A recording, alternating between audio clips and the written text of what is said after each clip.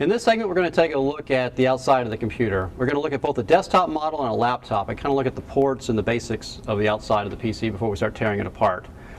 We've got a desktop model here and a laptop there. Starting with the very, very basics, we've got an on-off switch here on the front of the PC. We've also got, in this particular model, a CD-ROM. You may have a CD-ROM or you may have a DVD if it's a newer one. And just to show how old this one is, there's also a 3.5-inch floppy there as well. Very hard to find those anymore. This one is nice because if we open it up, it's got a couple of USB ports on the front, keeping you from needing to go to the back. Now let's swing it around and take a look at the back of it. You'll see that we've got a couple of USB ports down here. We've also got an RJ45 jack here. That's used for the network. And a little bit when we look at the laptop, you'll see the difference between the RJ45 and the RJ11. Just keep that in mind. To the side of it, you've got the connectors for the mouse as well as for the keyboard.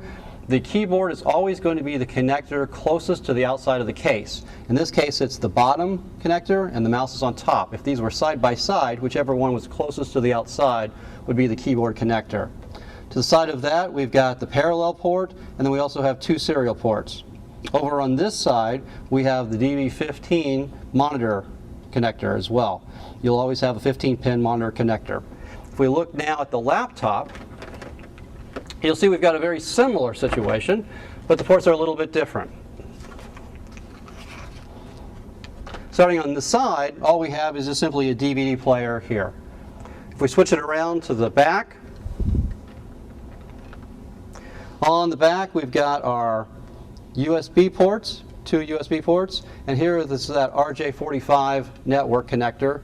To the side of it is an RJ11. The RJ11 is connected to a modem. So this is a typical telephone line, and this is a network cable. You'll notice the difference in the size.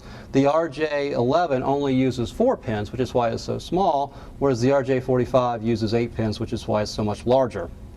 We have an S-video connector there as well, and then here is our connection for an external monitor if we want to use such. Turning this to the side, you'll see that we have 2 more USB ports showing how popular it's become that you need so many different connectors for that, as well as our microphone in and our headphones out jacks. To the bottom of that is a flash card port, so we can insert a flash card there. And then very, very small connector here. This is the FireWire port. This particular connector is a 4-pin connector. FireWire is either 4-pin or 6-pin. If it's a 6-pin connector, it's providing its own power. If it's a 4-pin connector, you need to have external power. So this particular model, if you connect something to it, must have its own power supply in order for it to work.